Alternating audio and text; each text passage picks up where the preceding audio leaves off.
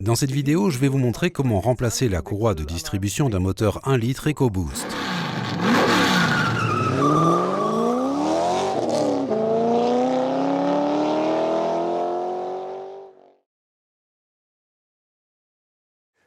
Bonjour à tous, aujourd'hui je vous ai apporté un moteur Ford.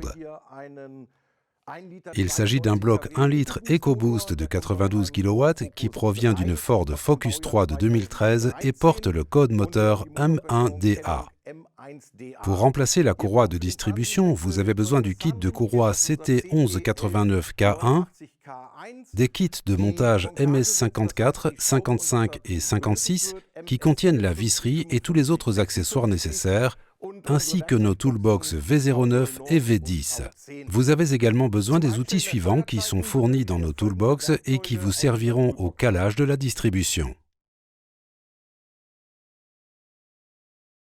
Comme d'habitude, nous utilisons un moteur à l'état déposé. Les choses sont bien sûr très différentes en atelier. Vous devrez au préalable déposer un certain nombre de pièces avant de pouvoir intervenir sur le moteur dans de bonnes conditions. Vous devrez déposer entre autres la courroie striée et le tendeur, le compresseur de climatisation, l'alternateur, le flexible d'admission du turbocompresseur, le collecteur d'échappement, le convertisseur catalytique et la protection de soubassement.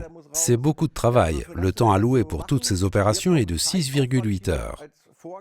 Toutefois, vous aurez du mal à respecter ce délai, surtout la première fois. De nombreux mécaniciens m'ont dit qu'il n'était pas rare la première fois de devoir consacrer 2 jours complets à toutes ces opérations. Donnez-vous donc suffisamment de temps pour réaliser ces différentes tâches. Pour ce moteur, la périodicité de remplacement de la courroie de distribution est de 240 000 km ou 10 ans.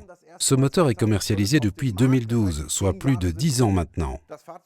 Ce moteur a été vendu à des millions d'exemplaires, ce qui signifie que des millions d'entre eux vont arriver prochainement dans vos ateliers. Si vous n'avez pas encore reçu de demande concernant ce moteur, cela ne devrait plus tarder. Nous avons besoin de 4 outils pour régler le PMH du cylindre numéro 1. Nous avons ici une vis sur le côté que je vais retirer pour visser à la place une pige de blocage. À l'avant, nous avons une pige de centrage pour la poulie de vilebrequin. Au-dessus, nous avons ces 2 dispositifs de réglage que je dois déposer pour y insérer un outil à la place. Nous devons également déposer le couvercle de distribution de manière à pouvoir monter 2 outils sur les arbres à cam. J'ai donc déposé le couvercle de distribution et les dispositifs de réglage d'arbres à cam. Je vais maintenant retirer cette petite vis située sur le côté en dessous du filtre à huile pour y visser à la place cette pige de blocage. Autrement dit, le moteur est calé juste avant le PMH, mais pas encore au PMH. Après avoir tourné le vilebrequin dans le sens inverse des aiguilles d'une montre pour l'amener en butée contre la pige, vous pourrez insérer cette petite pige de blocage dans la poulie de vilebrequin. Maintenant, à des fins de contrôle supplémentaire, vous pouvez monter ces 2 outils ainsi que les pontets de blocage sur les arbres à cam. Veillez toutefois à bien les retirer ensuite car ils servent uniquement à vérifier que tout est en ordre. Il nous faut encore retirer la vis de fixation de la poulie de vilebrequin située ici en bas. Pour cette opération, nous avons besoin de notre toolbox V10 et de son multiplicateur de couple qui doit être fixé au préalable. Tous les outils de blocage doivent à nouveau être retirés afin d'éviter tout risque de détérioration. J'ai donc déposé tous les outils de blocage. Vous devez vous servir de l'outil de blocage de volant moteur et le monter à la place du démarreur avant de fixer le bras de support et le multiplicateur de couple. J'ai mis en place l'outil de blocage du volant moteur. Je peux maintenant visser le bras de support sur ces 2 points. Toutefois, vous devrez au préalable déposer l'arbre de transmission avant de pouvoir monter le 10 bras à cet emplacement.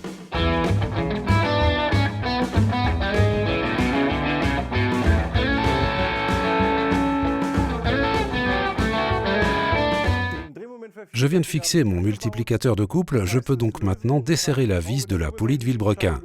Pour cela, j'utilise un outil approprié, après quoi je pourrai déposer le couvercle avant. J'ai donc retiré le couvercle avant. Maintenant, vous devez monter les outils de blocage conçus pour les dispositifs de réglage d'arbres à cam et les arbres à cam. Faites bien attention aux outils de blocage utilisés pour les dispositifs de réglage d'arbres à cam. Dans les instructions d'origine comme dans d'autres instructions de montage d'accessoires, ils sont toujours désignés par la même référence. Or, en réalité, ils sont différents l'un de l'autre. Vous pouvez le voir à l'emplacement de leur cam. Sur l'un, elle est située en partie supérieure et sur l'autre en partie inférieure. Vous devez donc être très attentif à ce point. Nous avons doté ces outils d'un marquage spécifique. Sur l'un, il est inscrit X et sur l'autre IN. Et ici, nous avons un I pour Inlet et là un E pour Exhaust. Ces outils doivent donc être montés du bon côté. Si l'on n'y prend pas garde, on pourrait également fixer ces outils après avoir fait tourner le moteur de 180 degrés. Dans ce cas, les outils seraient montés à l'envers et les marquages IN et EX seraient alors inversés. Mais nous pourrions nous en rendre compte en observant les arbres à cames et c'est ce que nous allons voir tout de suite. Commencez par monter les outils correctement, avec le marquage IN de ce côté-ci et le marquage EX de ce côté-là. Retirez de nouveau ces deux outils de blocage à l'avant. Ils ne peuvent pas rester en place par eux-mêmes de toute façon et nous en aurons besoin ultérieurement. Jetez un œil aux arbres à cames pour vérifier que le moteur est en bonne position. Si vous distinguez 3 faces aplaties à ce niveau, c'est que le moteur est correctement positionné. Si sa position était décalée de 180 degrés, vous auriez alors ici en haut un arrondi au lieu de cette face lisse et plane. Vous pouvez maintenant monter les deux pontets à la partie supérieure et fixer chacun d'eux avec 2 vis. Pour moi, tout est en ordre. Maintenant, il nous faut desserrer le galet tendeur. Nous avons ici un galet tendeur automatique. Il suffit donc de le maintenir à l'aide d'une pince, de le bloquer au moyen d'une goupille fendue, puis de déposer la courroie et le galet tendeur.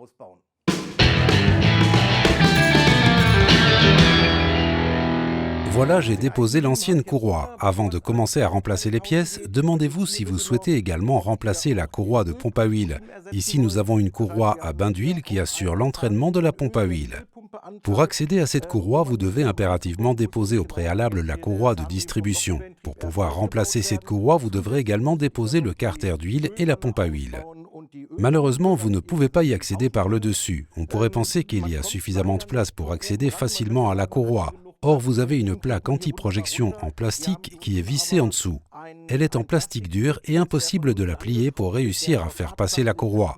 Vous n'avez donc pas d'autre choix que de déposer le carter d'huile si vous voulez remplacer cette courroie. Vous trouverez également cette courroie dans notre gamme. Elle est disponible au choix sous forme de courroie individuelle ou de kit pro complet.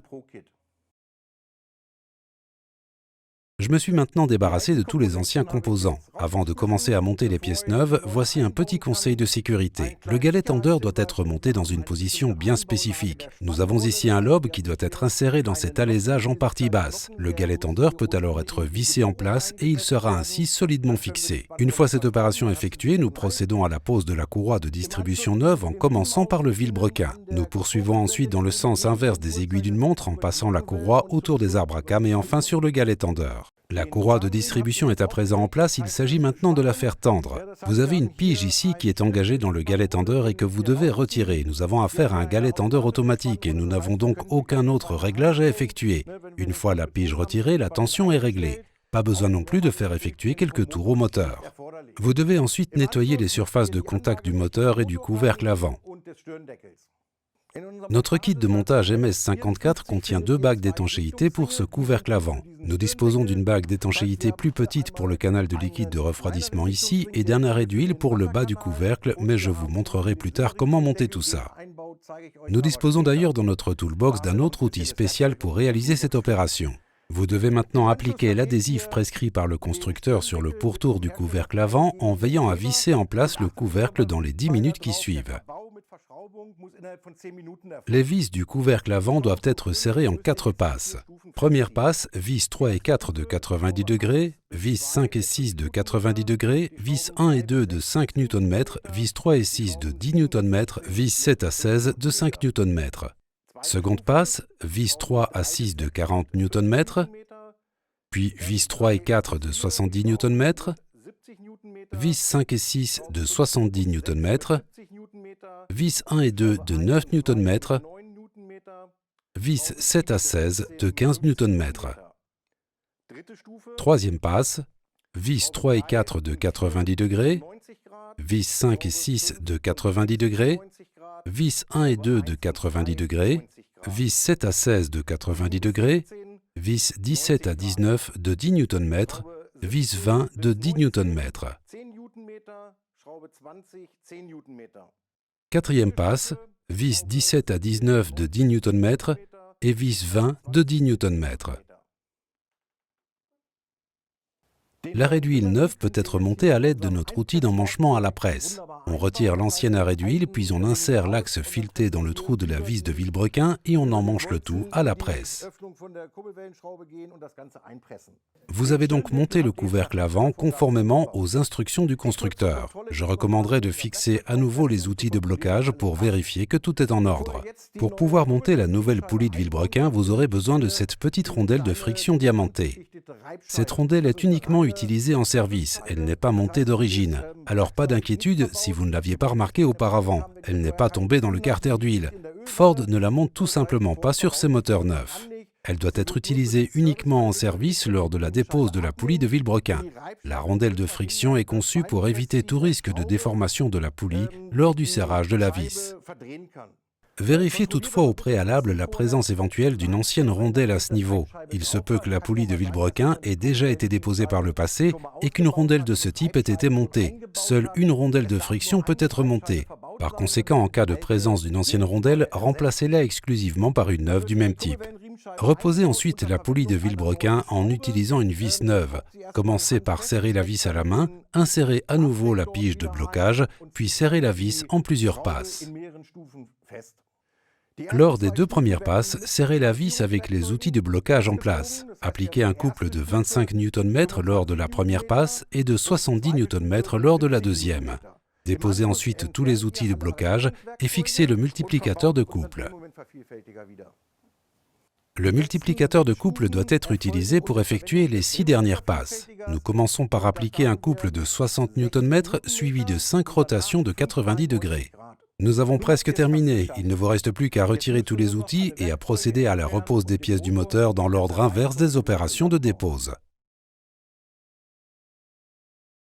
Et avant de laisser ce petit bijou reprendre la route, n'oubliez pas d'apposer notre seau de qualité. Appliquez notre autocollant dans un endroit parfaitement visible du compartiment moteur afin que votre client puisse voir que vous avez monté un produit de qualité.